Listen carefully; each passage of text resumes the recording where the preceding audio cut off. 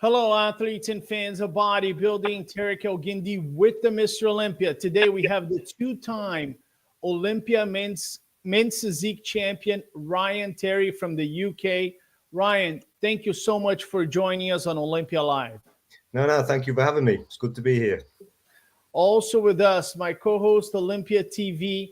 He is the master of ceremony for the Mr. Olympia 2000 Mr. USA's, the voice of bodybuilding, Bob Cicarillo. Hi, Bob. What's up, Tarek? What's going on, boys? Doing good. Also with us, my co-host of Primetime Muscle. He's the 1993 Mr. USA's four-time Ironman champion, Chris Cormier. How are you, Chris? How's it going, man? Good to be here. How's it going, Ryan? Tip of the morning. Appreciate it. Well, it's the evening now, so spot the tea time. Spot the tea time. Tea, yeah. So, Ryan, yes. I was just in the UK. My wife is British, and I had a chance to, take some pictures at Buckingham Palace. We went to Camden to have some food. And nice. I actually had a chance to meet some of the bodybuilding fans. People actually said, "Hey, are you the guy from Olympia TV?" And I said, "Yes." And so a lot of them are very proud to say that now the United Kingdom has Ryan Terry and Samson Dauda. Yeah. Talk to me about this. Obviously we had Dorian Yates in the past, but it seems like, right now, United Kingdom is the most powerful country in terms of champion representation at the Olympia. How do you feel about being part of it? Yeah, absolutely phenomenal. So I was actually talking to Steve Weinberger just 2 days ago about this, because I remember, was it 11 years ago when I first came into the industry and I first did my Olympia in 2015, my pro debut at the Olympia. And I remember looking on the board, there was 41 athletes competing and there was one UK guy, all the rest were US. So to see how much it's evolved since then is incredible, because we've got Samson obviously representing, myself in another division. And then there's a lot of UK flags up there representing now. So it's proud to be part of it. Very cool. And how's your preparation going into the 2025 Mr. Olympia? Is everything okay? I know you just had your daughter's birthday. Is everything as planned? Have you faced some tumultuous time? What's going on? Yeah. So obviously we're 6 weeks into prep now. Everything is going really well. Had a little bit of a niggling injury, I'm not going to lie, on the right knee, but it's nothing that's going to hinder me or pull me back or stop me in any way. That's no excuses there. But it's definitely been a bit more testing, trying to work around that. But I feel like, I don't know if it's my age, but it seems to be each prep, there's always something that arises, like a new, fresh injury, what you have to kind of work around. But other than that, things are a lot, I say, easier, but in respect to outside of the gym. So in previous preps, the last few years, like I said, I had a newborn in the house. I was doing the Ryan Terry British Championships. I was building the gym. I was always chaotic and just surviving. Whereas this year, I feel like I've got a lot of things in place now. So this prep seems a lot more controlled at this stage. Obviously, there's still a long way to go yet, but I'm exactly where I want to be weight-wise, like condition-wise. Food's going in well, digestive tract's holding up well. So I'm in a good place. Very cool. Bob, go ahead before we get into the controversial stuff, or you can go into the controversial stuff yourself. Well, I don't even know what controversial stuff there is, Tarek. As usual in the world of bodybuilding, everything's coming up roses. But before we go down that path, Ryan, I think that's a smart play. To answer your question, yes, you're getting old, my friend. Welcome to the land of me and Chris very soon. Yeah. But yes, training will have to change. We bring up the name of the great Dorian Yates, a 6-time Olympian. And what was Dorian's best attribute is also what took him out. And that was his drive, determination, and his training style. The only thing Dorian didn't do as he went on is he didn't adjust his mentality or his training, where ultimately that same training took its toll. And yes, injuries will occur, and you have to be in a place to realize that where you are now is not where you were 10 years ago. Physique-wise, you're the champion right now. They got to come and beat you. So I kind of always disagreed with that assertion from people that, well, that's what got them there. It's like, what gets you there at 20 or 30 is not what keeps you there at 40. You have to be smart enough. And Chris deals with athletes all the time of all different types of ages. Your training can change. You have to be a little train smarter, not harder, as you get older. And preservation is the key. So you keep doing what you're doing, bro, but train smart and try to get that third title en route to catching Jeremy Buendia along the way.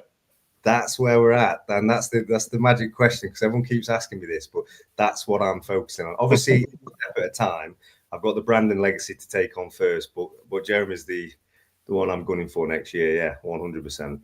Yeah, my input would be with your training. You can train hard, and I know Dorian did train hard. He's a good friend of mine. He's like my brother, but he did tell me that his biggest mistake. You can still do the training style, but he didn't give himself enough recuperation time. Yeah. Like he should instead of going balls to the wall for the whole month, he said he should have done 3 weeks, pretty hard, but take a full week off or something like this. But recuperation is going to be your biggest asset to your getting older in the sport and wiser. The things for me, I used to train with super heavyweights for 16 years, 17 years. So like Mr. Universe, 3 times Mr. Universe, Dave Titson. So he always taught me that training ethic and to go to failure, which is to some degree got me where it got me. But at the same time, I've had 3 hip surgeries since, that sort of thing. I've had shoulders, slip discs. There's a lot of injuries. And they did say with the amount of damage I did to my hip back in 2018, eventually the right knee would go. So I've done everything since then, trying to obviously, I've adapted to my training. I don't squat the way I used to. I do a lot of time under tension now, a lot of like rest pause sets. That's that type of, rather than just going heavy like we used to. But even did the stem cell treatment this year, went to Colombia, Medellin, and did that. So I'm trying, to do everything I can. Everywhere else is working really well. And it's actually made some phenomenal improvements in other areas. It's just that right side just likes to keep grounding me a little bit, I think. But guys, if you're out there watching, you want to learn a little something today. In your 20s is about building. In your 30s is about perfecting, and in your 40s is about preservation. If you keep that as a general key, you will absolutely make the right move every time. He said, "Hold up, Bob. I'm 36, Bob." But hey, like I said, bro, as you get closer to 40, preservation is going to be the key. Bob, the guy has hair. He's got cover magazines. Why are you calling him old, Bob? I'm old. Well, see, now clearly none of you just heard exactly what I just said, right? In your 30s, is about perfection, right? He's perfecting his physique. He doesn't need to train with the heavy weights that he was using in his 20s. That's exactly what he just said. Yeah. I'll let you off then. So I didn't know you had a hip surgery. Yes. Yeah, I've had 3 in total now. Yeah. Holy shit. Yeah, so I did it. I was 9 weeks out from the 2018 Olympia. I went over to Ireland with Conor McGregor's team. Stupidly, I was told not to go. Male ego thing. Thought I'd be fine. Hadn't had an injury up to that point. Get some content. Yeah. So Coach Owen Roddy, John Kavanagh. We were doing some sparring, and I felt the hip go, and basically I severed the labrum quite hard. Yeah, so they had to go in and stitch that, but when they stitched it, they ended up having to shave the bone, the ball joint, which then grew back in a spur, so they had to go back in and shave that off. And the MRI, when I got the MRIs back just previously, about 3 months ago, weren't looking great. Hold on, help me understand this. You were sparring with Conor McGregor? Not with Conor McGregor, with his team. So they brought out something called it was UFC. What was it called? It was like an active fit thing in Ireland. So with Gymshark, we went over. We were doing Gymshark Ireland, Dublin, and we did a day over it with their team. So it was all for for content. And I just got carried away. Male ego thing. Thought I was 10 men, and I quite clearly wasn't. Should have just stuck to men's physique. I've been doing jiu-jitsu since the 90s, and I always tell a lot of bodybuilders, sometimes they ask me, is jiu-jitsu wrestling good for your bodybuilding career? And my answer is, yeah. If you want to end your bodybuilding career, the fastest way you can end it is by joining a jiu-jitsu gym or going into wrestling. Your knees will give up. You're gonna tear every muscle you have. And nothing against those martial arts. I love jiu-jitsu, but you're gonna get injured in those things. And one of the greatest advantages of bodybuilding is and I agree with Bob, you can change the way you train, right? We just had John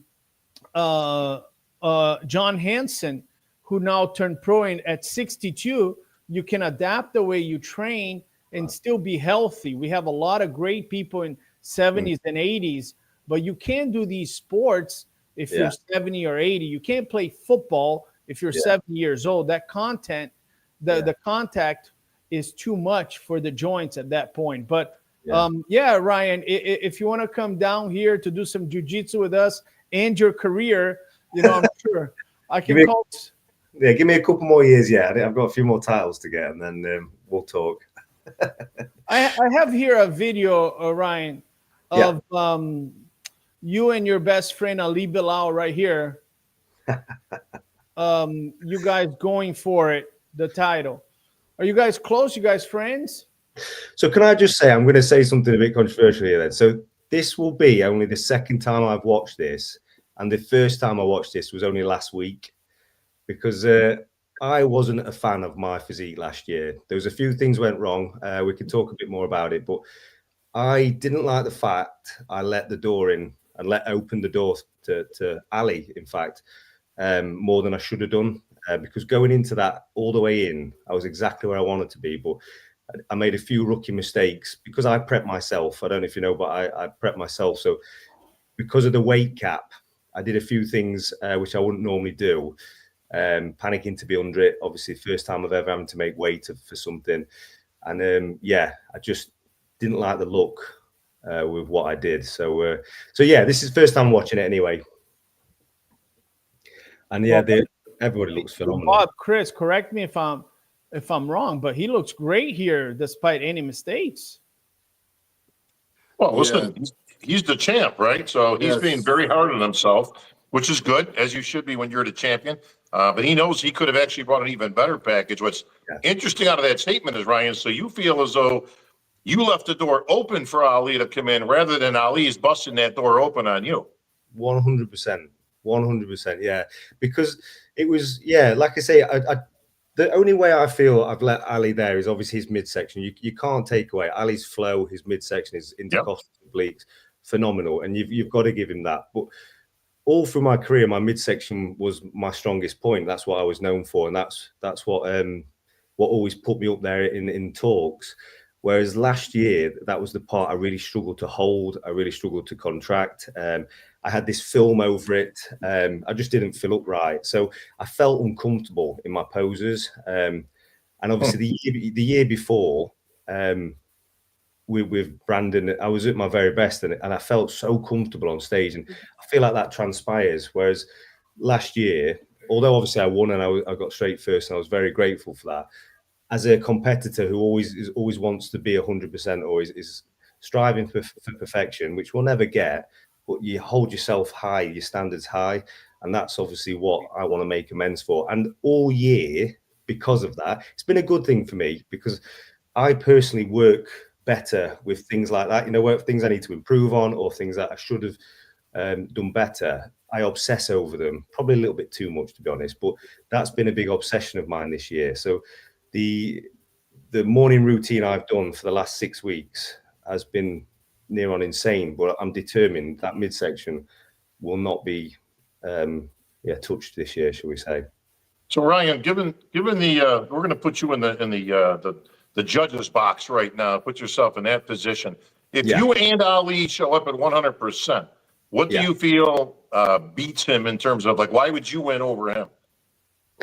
So for me personally, it's like the X shape. So we do bring from the front. Obviously, we do talk about shape now on the legs. I know we're not obviously judging with them being covered up, but The lower part is also into play now, which I don't think in previous years were. So that was something I always prided myself in, is I have a bodybuilder's mentality, and aesthetics is, for me, has always been key. So I want to keep that aesthetic shape. Also, I'm not afraid to stand straight on. I know I've not got the smallest waist on stage. You put me next to Jeremy Buendia with a Filipina 27-inch waist. I haven't got that waist, but I'll always stand straight on and show that I've got nothing to hide. I've always done that from day one. I always think in my head, whether this is right or not, I want to show the judges that I'm not afraid to stand in any angle. So I want to stand straight front on, show every part of my physique, not try and hide it from like a side shot or anything like that.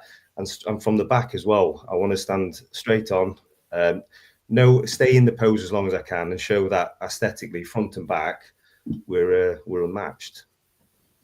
So you're saying that if Ali Bilal stands straight up and you stand straight up, you can expose him. You got a better V-taper than he does. Well, I'll be honest, I've never seen him stand straight on. So obviously from the side, his killer shot, and I understand why he stands from the side, because his intercostals, obliques, and his midsection from that stance is phenomenal. I will give him that 100%. But I'd love for us to all stand in one position at the same time. So Brandon Hendrickson, for instance, I have the utmost respect for Brandon, because I feel like his physique is world class, is phenomenal. He's a 3 times Mr. Olympia, so it speaks for himself. But he could stand in any position really and hold his own. He's got an awesome X shape. His midsection is very symmetrical, and I think he's the one to watch this year coming through. Obviously, Ali is probably the front runner coming into this. I feel Brandon, the way he looked in New York, obviously I was at New York, he did improve his back from Pittsburgh. He filled out better, and front and back he looked dangerous, to be fair. But I'm not trying to say I'm better than in every. I think anybody on that day, I think everybody needs to bring 100%, and anybody can take it. Ali Bilal, like I say, if he brings his back up, he is definitely the front runner as well. Aaron is coming into his own. You remind me a lot of me, Ryan Terry.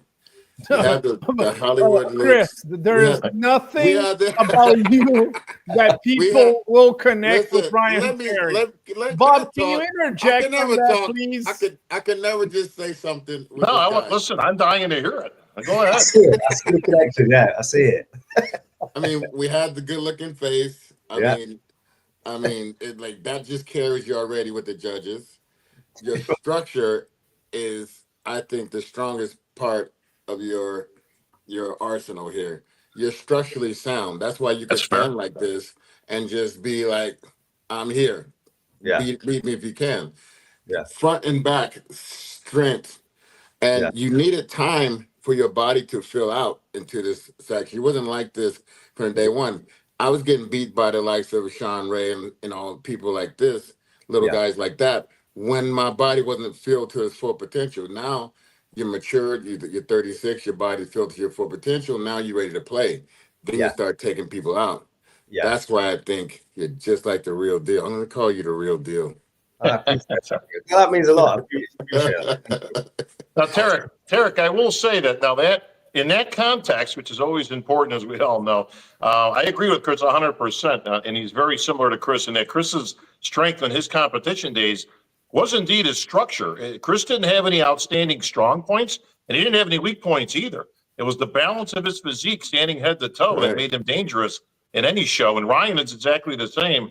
That's why he's not afraid to stand straight on. Honestly, I think, like the guy's been catching a lot of flack for standing like this and the motorcycle arms and everything we're listening to right now. I think the men's physique should be forced to stand straight. And when I say straight on, I mean straight on, Tarek. You're a judge. Does that help you in your assessment of those physiques? Yeah, when we see them right their back, it's a comparison, right? Yeah. You can clearly see the difference. Now, if you're gonna tell them to stand straight, obviously you're gonna diminish their ability to hide their flaws and showcase their strength. It's the same thing with the front double biceps. Some guys, they do squared, they don't create any angle like Nick Walker, and then you got guys like Samson Dowda. He creates a little bit of angle. If you hold right there, What if there was Yeah. 3 poses though? So what Yeah. if there was a front, back, and side? If you So- hold right there, Tarek, you see the structure and the strength of the structure right there. It would carry over most of his competition. So what you guys are suggesting is a front pose, a side pose, and then a back pose. The reason I say that, I know obviously it's going to extend the judging and be harder, but then it eradicates that thing of someone standing to the side. Because I remember, again, in the early days, 15, 16, 17 Olympia, where Steve was on the mic shouting at myself, Jeremy, Andre Ferguson, to stand straight on, back on the line, stand straight on, stand. Because obviously Jeremy used to turn to the side. And it always, I think obviously over time we relaxed on it. But in the early days, that's what we had to do, straight on and straight to the back. So if it does suit people to have that slight twist in the torso, do 3, so then they can showcase their best in one, and then it's the best out of 3. And that's definitely a suggestion. You know, you hit your front pose, side pose, and then back pose, so we can analyze 3. I'm sure Bob would love to have more transitions in the men's physique. Hey. I can feel here's the thing, because we're all in the same game here, right? And lately, the $1 million question becomes this: should the guys be forced to appear in any particular way, whether that's a front pose, the arms relaxed at the sides, whatever, or should you have the ability to put your individual twist, and I use that term likely in this case, into the pose? Meaning, if in a front double bind, should you have the individual opportunity to showcase your best front double bi, or does it have to be straight on? You know, like how strict can we get with the rules before it takes away from the individual portion? You know, Milos always likes to argue the fact that people should be able to do their individual poses, which they do during the individual posing routine. And then that can make a big difference. I think the athlete should be able to showcase whatever they think is in their best interest. You want to stand there with your arms like you're on a Harley Davidson? Go ahead, but I also think that the judges should be looking at that. And if it doesn't highlight your physique, you should get marked down for it. Yeah, and I'm going to agree with you, Bob. You know, you look at, let's go back to bodybuilding, right? The way Nick Walker hits his front double biceps is square up. The way Samson Dauda hits his front double biceps, it has an angle, right? We're not telling Samson Dauda to hit his pose straight up. We're judging, those are their best poses, and we're saying based on their best poses, we pick this one to be the best one. Now, Ryan's suggestion is very valid. I think the men's physique category is growing exponentially. We've had times where Steve said, hey, let's stand up straight up and then, you know, to the back. And, you know, every year, just like the NFL, we all get together and we look at the rules, right? And every single year, we've made a few changes here and there to make the sport better. And I think that's a great suggestion, is a suggestion from a champion, somebody who's been competing for a long time. I know every men's physique out there would love to hit 3 poses. That one, I know that for sure. But at the same time, you know, you hit your best front pose. If you want to create an angle, you know, that's something that we can discuss. But I think it's a valid suggestion, Ryan. And I think not only you, but every other competitor out there needs to know that all of us in the IFBB Pro League and the NPC, we're open for you guys' suggestions. You guys are very much part of the sport, and we're here to create something that's bigger than all of us. Now, you know, interesting, Tarek. You bring up Nick hitting a front shot and Samson doing a twist, which ironically they should be the complete opposite, right? Like you think if anybody should want to create a smaller waist, it's Nick, and if anybody could hit a front shot, it's Samson. But they actually reverse. Yeah. And, you know, it's amazing, Bob, because I've texted Nick and Goodavito. No, it wasn't Goodavito. It was Neckzilla.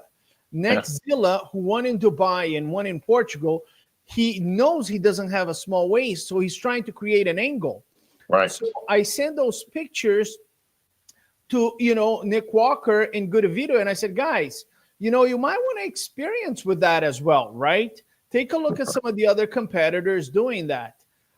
But I do agree with you. If you have a big, you know, not a big waist, but if you don't have the smallest waist, you might want to create angles to minimize the waist. So I do agree with you. Now, Ryan, let's go back to your rivalry with Ali Bilal. Loves this, doesn't he? Yeah, okay. Is there one?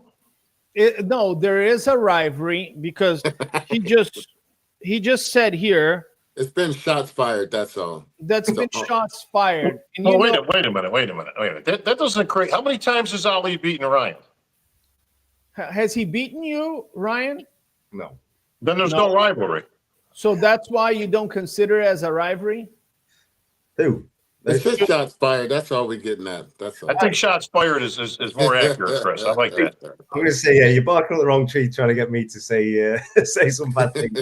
No, hang on though. I mean, in order to have a real rival, like Chris, like you and Flex and Sean and all that crew, right? Like you guys all kind of beat each other here and there, whether it be the Iron Man, the Olympia, right? Ronnie, obviously, until he hit his stride. That's a rivalry, right? You go back and forth. Women's physique, Sarah and Natalia, right? That's a rivalry. They've beaten each other for the Olympia title. I don't think you could actually claim a rivalry unless somebody's beaten somebody else. And if I'm in Ryan's share, I'll speak for Ryan because Ryan's too much of a gentleman. But listen, until this guy beats me, there's no rivalry. He's just barking up your tree of being the champ like everybody else is barking up that tree. I'm not sleeping on any one of them, to be honest. Like the level of athlete now in men's physique, and I feel like we're at that level that it can go any way. So for me, it's talking about who's going to break into the top five and who's going to lose their top five placing. That's how close this is now. And it's either way which it goes because you've got 3 other Mr. Olympia. I think it's 8 Olympia titles on there, men's physique Olympia titles on that stage this year. You've got umpteen amounts of titles. Yeah, you've got Erin Banks, Brandon Henderson, Jeremy Buendia, myself, yeah. And then Ali has... Yeah, but Ali's got one hell of a resume coming into this show. So he has a lot of momentum.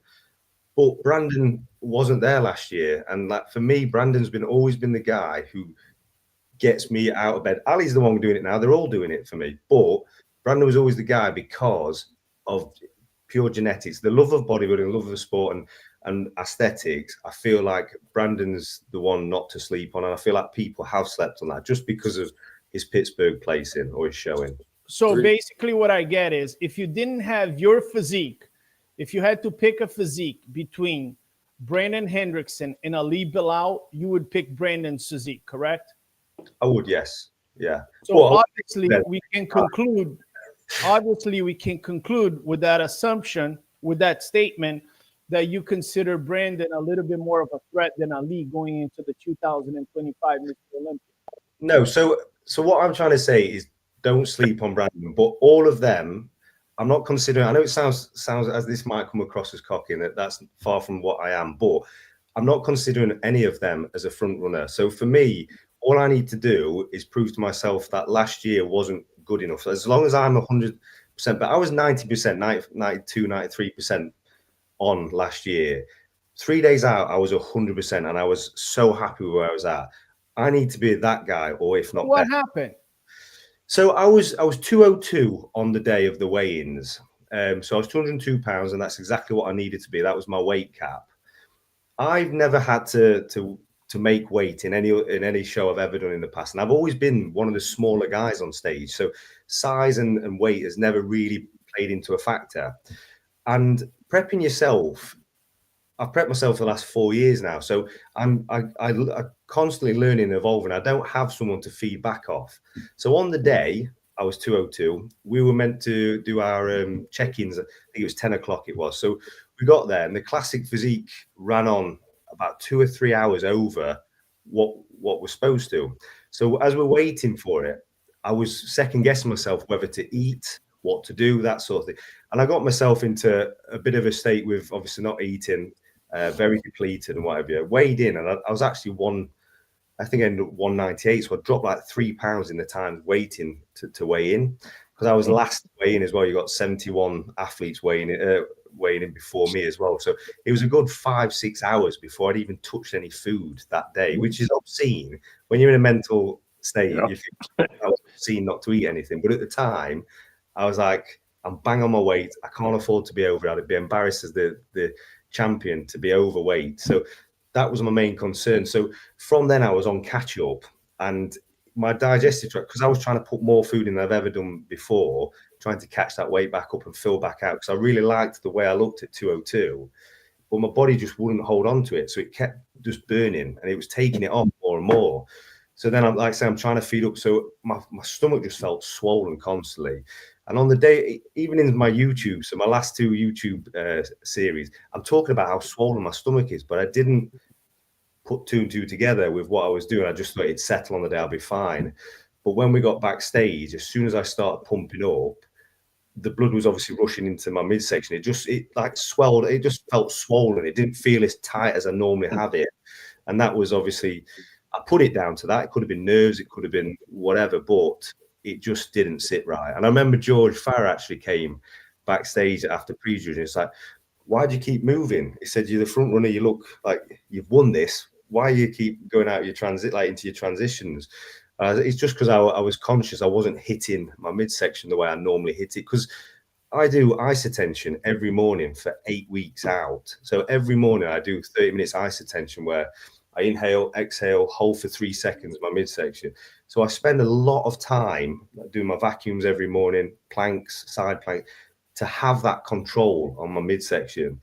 To then not have it on the day was really hard for me. So that's where I went wrong, and I just won't be doing that same mistake again. So, Chris, Bob, what do you guys think? He didn't eat, and that changed his body. He should have eaten. What do you guys think in this scenario? Well, because I remember talking to him at the check-ins, so he was just like, "Man, we gotta hurry up." I said, "Man, I'm trying to go through these names and shit." I was like, and we had all the classic guys, and then we had them, and then it was like, yeah, it was just a lot of guys, and his I could tell his metabolism was just speeding up like crazy, and he was just like almost like freaking out. And then as soon as he got done, he was like out of there. He was trying to get out of there as soon as possible. But yeah, that can happen. I can see when you're really flattened down like that, your body can actually speed up at that time, even when you try to feed it. Yeah. And I think I just went into a bit of a rookie mistake. This is the first time I've ever endured something like that before. So in the whole time of competing, I've never had to face that before. So I was in like waters I'd not done before, and I just started thinking, right, the answer is to keep getting back up to that 202 weight rather than just let it go and just go on look and feel.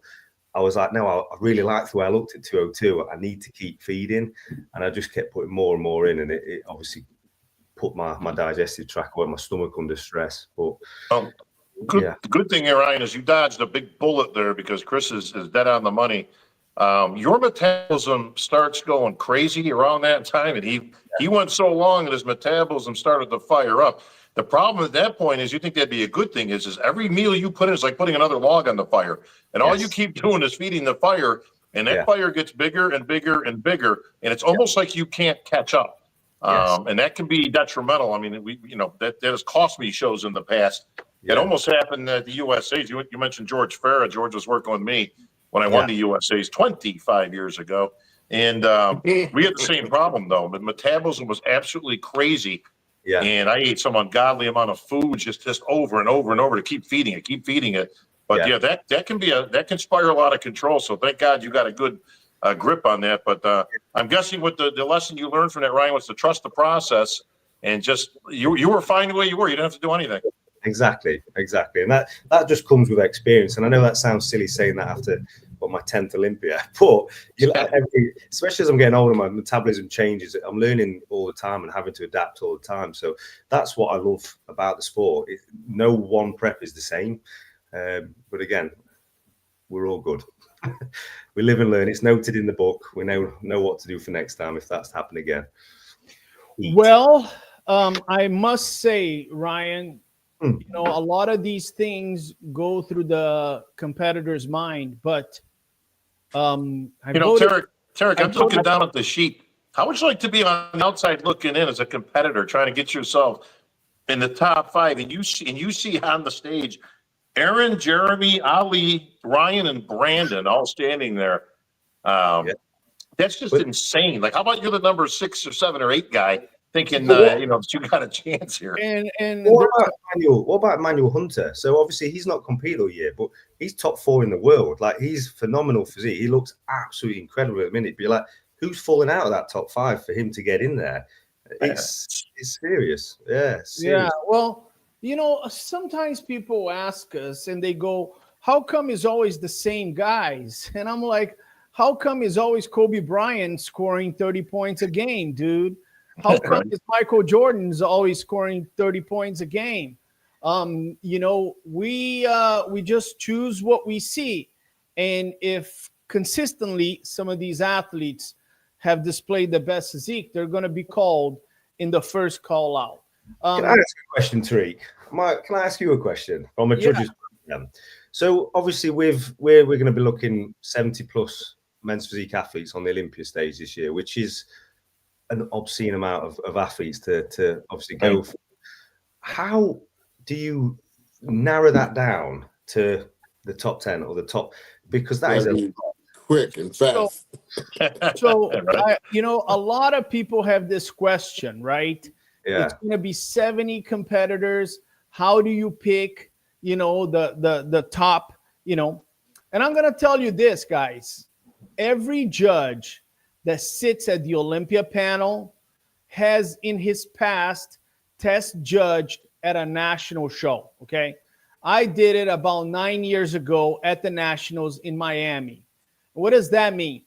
That it's not the first time that I'm seeing 70 competitors in one class. I've actually seen 83 competitors in one class in India, okay? Yeah. So none of us panic. We've seen literally a lot of competitors in one class, and it's very simple. You know, here comes 8 competitors. Yeah. You just mark down, you know, you look at all of them, and I just go like this: A plus, C, D, B, D, A, C. That's it. So in this call out, I have 2 A's, right? Right. Okay. Here comes the next call out with 8 guys. I go B, B minus, C plus, D plus, C. I didn't get any A on this call out. Here comes the next call out, and I do the same. Yep. And then after I saw all these call outs, I look at all my A's, and I write it on a piece of paper, and I pass it on to Sandy and Steve, and they look at all my A's. It's that simple. It's exactly what we've been doing at the USAs and at the Nationals. And we used to get all these competitors, you know, bikini class B has 60 competitors. You just look at that class and you go, this is the one that I think is A plus. She should be on the first call out. And a lot of the competitors that came on that first call, they might not be on the first call out. And then you call on the second call out, the B plus. Yeah. Then you call on the third call out, the B's. Then you call on the fourth call out, the C's. And then on the fifth call out, the C minuses. And that's how you go into placing all of them. So we've been trained. We know what to do. And obviously, so, you know, when Mike Sommerfeld came in the classic physique, right? Mike Sommerfeld was not a guy that everybody had on the map as placing second. Nobody had him on the map. When he came in, I looked at him and I said, A plus. I've never seen this before. He looks incredible. I'm going to put him in A plus. I have no idea what the other judges are doing. It turned out that almost every single judge had him also on the first call out as A plus. You know, so it works. Yeah, it works. You know, we've been trained to. You're not only judging scoring, but you're also ranking every single one of them as on the call out. So we've been trained to do that. And I tell people that want to be judges, I go, listen, you know, you get, for instance, Bob, Chris, they know a lot of times who the winner is going to be. They have a pretty good idea who the winner is going to be, right? I mean, Bob's been in the industry for 50 years, Chris for 75 years. You know, they know. One of the greatest advantages you must have as a judge is speed, is the ability to make fast decisions. Yeah. You know? Yeah, so, I gotta say, to Tarek's credit, they have done big shows, big national shows. There's hundreds of athletes. It's crazy. If you got a trained eye, you can pick out. I mean, Ryan, you go to shows. I mean, you're there. You know, not saying everybody's a good judge or whatever, but you got a good eye. Yeah. You can pick them out as they're walking out, honestly. And the only problem becomes is when you got a guy who's on the edge, meaning like Tarek's got his system of an A+. It's the A-B+ guy that finds himself in a weird spot because you can only bring out so many people in the first call out. So he might be the first guy in the second call out, let's say, but that's why the judges kind of come back around, because if you see that guy who by this time, again, let's just give it the scenario I gave you. There's 5 of you guys, right, that they're going to call out. Yeah. Like, let's just say this guy is like potentially 6, 7. He's got to be outstanding enough that when the judges look at, even on that second call, they go, you know what? I want to see this guy next to those guys. Yeah. And that's how you break in. Like your question earlier was, how does a guy break into that top 5? That's how he does it. He has to be outstanding. I've seen to it. Even have a chance to break into that. But a good trained judge, he can see that, and he will make that call. That's why you see like Big Steve or somebody will kind of come back around, and all of a sudden you'll see that guy join that first group. Yeah, because that's what I've seen where even in 23 where they sent me and Brandon off, and then they brought 2 others into the top. So they were obviously those B pluses, whatever, coming into the first call out to see where they stand. Yeah, and then exactly. Like you could see that you guys were clearly 1 and 2. Okay, let's get rid of you guys. We'll come back to you. And and I love when they do that because it gives the guy in potentially, let's call it 6 or 7, a chance to stand with number 3, 4, and 5, and then they can prove themselves. Yeah, but is someone going to look better next to someone in another A or a C? Can it look like more like a B or more like a D, depending on who he's standing next to? Well, no, Chris, you're looking individually and you're ranking them basing on the criteria. So I look at, for instance, Ryan Terry. He's at his best. The midsection is perfect. Everything is great. A+. And then I get a competitor. I've never seen him before. Looks outstanding. Phenomenal condition. Everything is in place. Maybe a little bit more upper chest. I'm going to put him as A. Do I know if that guy is going to be on the first call out? I don't. Because I could potentially have 7 other A+. Now, listen, we've seen guys work their way up, and we've seen guys work their way.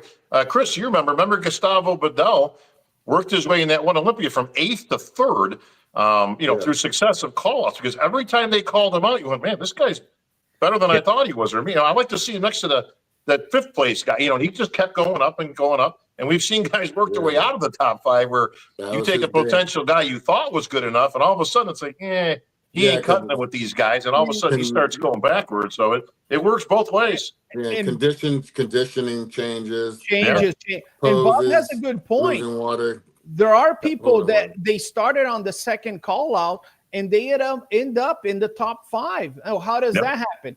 The call outs are just an indication of who we're going to look first. They're not a final placement. You know, so you can have somebody on the second call out. That's why I always tell competitors, you're still posing on the diagonal, right? You're still fighting. You get that second call out. I think it was Edvan Palmeira, right? A few years back. Edvan Palmeira was not on the first call out. He was not on the first call out. The first call out was 8 guys. He was not on the first call out. They called the second call out, and he looked great on the second call out. Then we called, the first call out with Edvan Palmeira, and then we realized, he can actually look better than some of these guys, and then he moved up. So the call outs are just an indication for all of us to analyze the physiques. They're not the final placements, and we see a lot of the YouTube channels. They make all these conclusions, after prejudging. They're like, well, based on the first call out, this is what's going to happen. And then something else happens, and they think the whole world is a conspiracy. And I'm like, no, nothing has been decided yet. Things are still being judged. Yeah. Well, unfortunately, we all have to deal with the internet experts, and there seems to be more of them today than ever. That seem to think they got it down. What they all have in common is that none of them are ever at the shows, actually. That is that's one thing this year, which was a bit of a shock to me. So in all the years I've been in the industry, I've never really had any like controversial. I've always been the underdog and that sort of thing, which has been lovely and nice support. But it's funny when you become the champion that obviously this year, right? Yeah, how things change. Where it's obviously they want drama and they're creating all these things that are not there. But it's interesting to see how social media changes things. Well, you're the target now, right, Ryan? You're the target. I've had to adapt quite a lot mentally for it because I've never say endured, but yeah, I've never been through any of that. So it's been a learning curve for me as well. Like you definitely have to be careful what you say because people do want to twist what you say or that sort of thing. And like you just stay in your lane. You don't get caught up in it because I've never have done in the past. You just kind of stick to what you know and keep cracking on. Whether that's quite boring for the sport, I apologize if it is, but it's kind of just who I am. Oh, no, Ryan, we're not saying for you to say anything negative about Ali Bilal or Brandon, but if you ever want to do it, we'll be here for you. Yeah, there'll be some clickbait. I guarantee there's clickbait on social media. But, going back to being number one, Phil Heath never did anything bad to anybody. Yeah. All he did was to win the Olympia and become one of the greatest bodybuilders of all times. Yeah. And for some reason, because he was a very confident guy, the internet, especially in the early years, just became very negative against him. And he was the first one to experience that. Yeah. And he reacted against it. And I think if he had to look back, Phil is one of the nicest people. If you have a conversation with Phil nowadays, he's one of the coolest, nicest people. It's just that none of us, you probably are going through it right now. None of us really understand what it is to have that internet pressure, right? Yeah. Being the number one, right? And you have to learn how to deal with. You're not a polarizing character. You're, the British gentleman, Jeremy Buendia was a very polarizing character. Yeah. And he had to deal with the internet. Chris Bumstead was not very polarizing, but it is part of the gig. It is something that you guys have to adapt to live with it. Yeah, I agree. I think in the past, I've definitely changed becoming the champion. So because in the past, I was always like, oh, I hope I do well this year and all the best to everybody and that type of attitude. Whereas I do feel very different now. Like I don't feel it's for me to lose rather than them me to beat me. So I feel in a lot more confident spot now. Like I've done all the work. I've done the years, like 22 years training now, and obviously 14 years in men's physique. I know what it takes to win now, and I know it's down to me. I know I've got everything I need to do. It's for me to lose, and having that mindset drives me so hard now because it sounds really cheesy, but it's me versus me because it kind of is. I have to be better than last year because if I'm better than last year, nobody's taking that title from me. And that's my mentality now. So instead of focusing on other athletes, I literally am focusing on you weren't good enough last year. You were good enough to win, but you weren't at your best, Ryan. So that's not good enough. And that's how I people say and talk to me about how do you stay motivated all these years, or why do you keep going back? Now you've won it. You've won all the titles you wanted to win. Why do you keep going back? And for me, I found a new motive now, like a new narrative. So yes, I've achieved the Olympia, which was always my driving force. Every year I was always motivated because I hadn't achieved my life's goal, which was obviously getting that Olympia title. Now I've got that. It's about legacy and it's about taking Brandon's resume this year, which is the 3 times.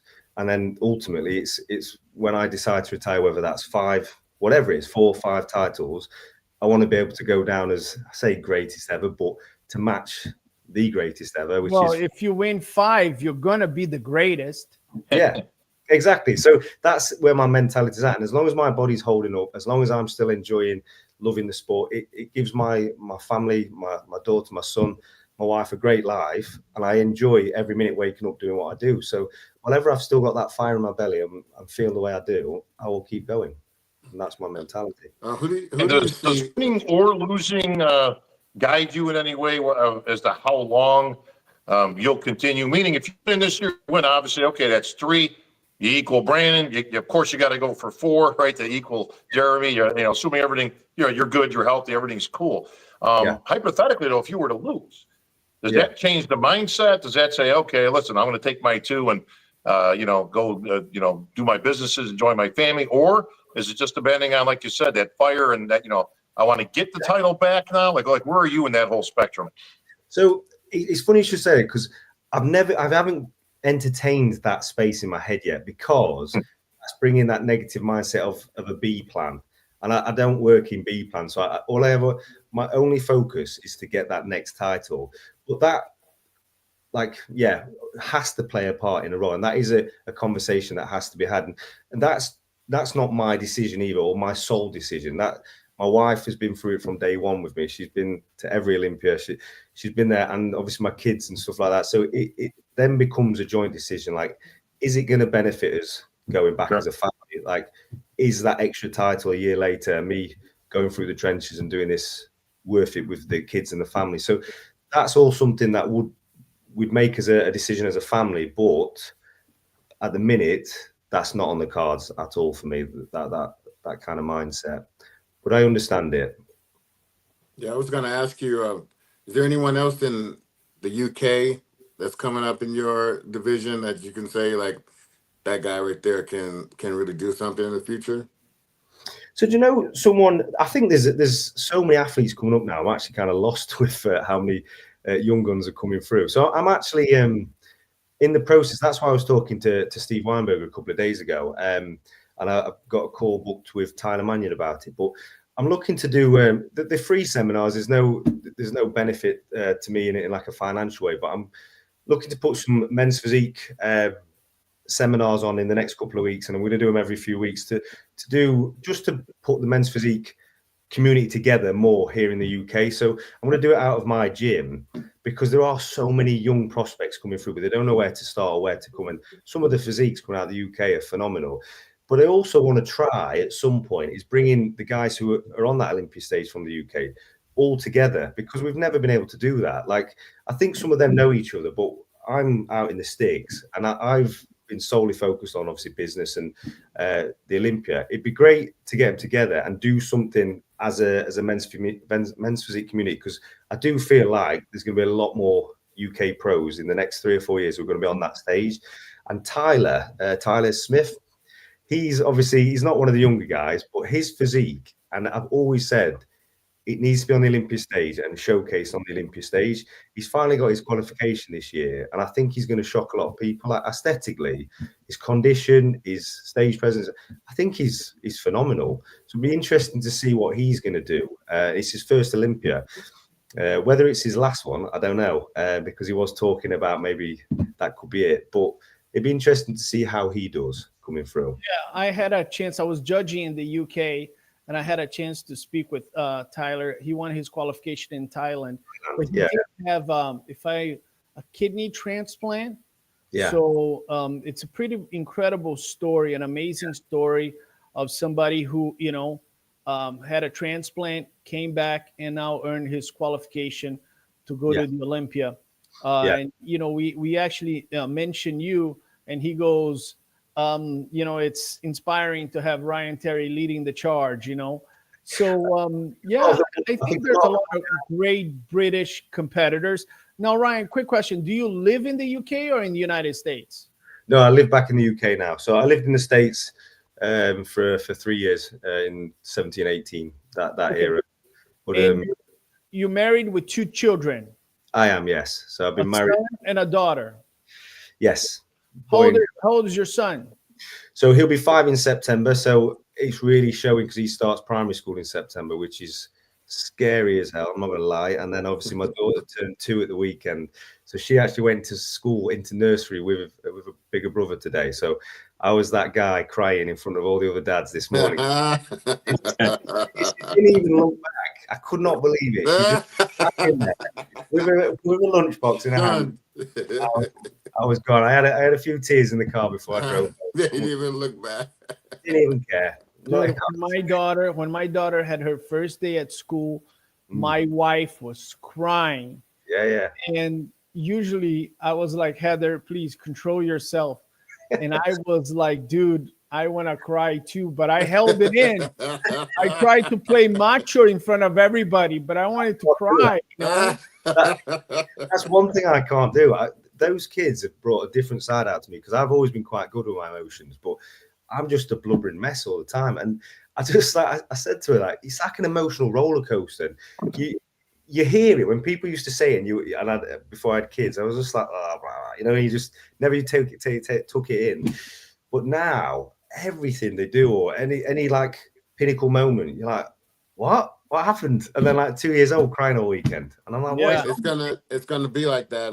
My son turned 26. Yes, and still like he left the nest too soon. I was like, I wasn't finished with you yet. Like, come on, man, give me a break. Then you don't call me. Yeah, exactly. Oh, please, I'm open. I'm making promise to me like it never stops. It never stops. Please, Chris, I just posted that picture of you holding my daughter Melania. She was 1 maybe or something like that. Yeah, She's starting college next week. crazy. So how old college in the US? Is that 18 or 16? 16, 18? 18 generally speaking. But they're holding back the parents are holding them back so they can earn more money when they go to college, you know, playing football and everything. Are you going to have more kids, Ryan? It's funny you should say that. So we always said, no, we were very lucky that we had a boy and a girl. We kept saying that, is it going to change the dynamics anymore? And we're like, no, it's a good number. When we go on holiday, one gets one, the other gets the other. Nighttime, we swap over every night, so we get one of each. We tackle it quite well. A friend of ours just had a baby today, and that's all the wife's been on about. That's it. Done. Rudy again, so I'm having to run away from her all afternoon. So no, we're sticking it to if I have my way. Anyway. Well, yeah, when they start holding on to babies and looking at you, you know, I'm like, oh boy. I usually take an Uber home. Only dads know the kind of expense and work that comes with having a child. Exactly. Well, but Ryan, before we finish here, I want you, because I was in the UK and you're an icon there. You and Samson Dowd are doing something amazing for the United Kingdom. You know, my wife is British, so I can make fun of you guys. Since you guys cannot win anything in soccer, you guys won the women's. Lioness has won the Europeans this week. Yes. And that's what I said. The women's soccer team of England has won the European Cup, right? That's correct, yeah. So congratulations on that. Congratulations you. On Samson Dowd. Congratulations on Ryan Terry. But all of you Brits, and some of them are my family members, that have not won a World Cup since 1966. None of us were born in 1966, right? We were. You were? Were you, Chris, born in 1966? I missed it by a year. I'm 67. So the English soccer team, football team, has not won since 1966. What about the US? Passionate fans. They won in 1966. They're the most passionate fans. They've been thinking about winning that title, and they have not done so. But don't worry, just forget about soccer and join bodybuilding, because you guys are doing a lot better in bodybuilding. We're doing okay. But Ryan, your message to all the British people that you've inspired, all the fans that have supported you throughout the years. Yeah, I just want to say a massive thank you. Like each and every one of you. Obviously, I've met quite a few of over the years. It's never gone unnoticed. Like I say, I've always tried to give as much as I can back to you guys, and just want to say thank you. It's never unappreciated from my side, and I'll keep representing the UK further still on that Olympia stage and get some more titles. Very nice. Ryan Terry is a gentleman, guys. He doesn't get more of a gentleman than Ryan Terry. We tried to get him in trouble here, and we failed. I can guarantee somebody can find something in this. Don't worry about that. Somebody will find something somewhere. Well, I've already got it for you. So you said that when Ali Blau brings up his back a little bit, he could be a contender. So the headline will read: Ryan says Ali's back sucks. Weak. There you go, bro. The headline will be like this: Ryan Terry challenges Ali Bilal to stand straight. Yeah, that's another one. Yeah, I should have been careful how I said that. Didn't I? It's over. It's over. I want to thank my other co-host from Olympia TV, Bob Ciccarello. He's the master of ceremonial for the Mr. Olympia. He's the voice of bodybuilding. He's the 2000 Mr. USA's. He's heading to Tampa. Correct, Bob? Yep. Well, tomorrow I got some business. I'm out on the microphone, but I will be in Tampa for the first time in some years to see what's going on. And if I find a few extra minutes, Ryan, with a microphone in the back, I might just practice up a little bit by saying, and 3-time Olympia champion, Ryan Terry. That's what I've got the T-shirt from last year, which says "And still." So yeah, fantastic. Well, everybody loves hearing that. Chris Cormier has never heard that, but he's still one of my best friends. He is the 1993 Mr. USA's. He's 4-time Ironman champion, one of the greatest bodybuilders of all times. He's my co-host of Primetime Muscle. Chris, good seeing you. Good to see you, brother. Good to see Nice you seeing you guys. And Tarek, you're off to Tokyo, correct? I am heading to Tokyo this past month. I judged in Portugal. Then I went to United Kingdom, and I just came back from Mexico. I'm heading to Masters Olympia in Japan. Then in the end of the month, I got Romania. Then in September, I'm gonna come back, take a shower, and sleep for a month. Nice. Sounds Ryan, good. best of luck. Stay healthy, brother, and we will see you in Las Vegas, Nevada. Happy training, Ryan. Take care, guys. Bye-bye. Ladies and gentlemen,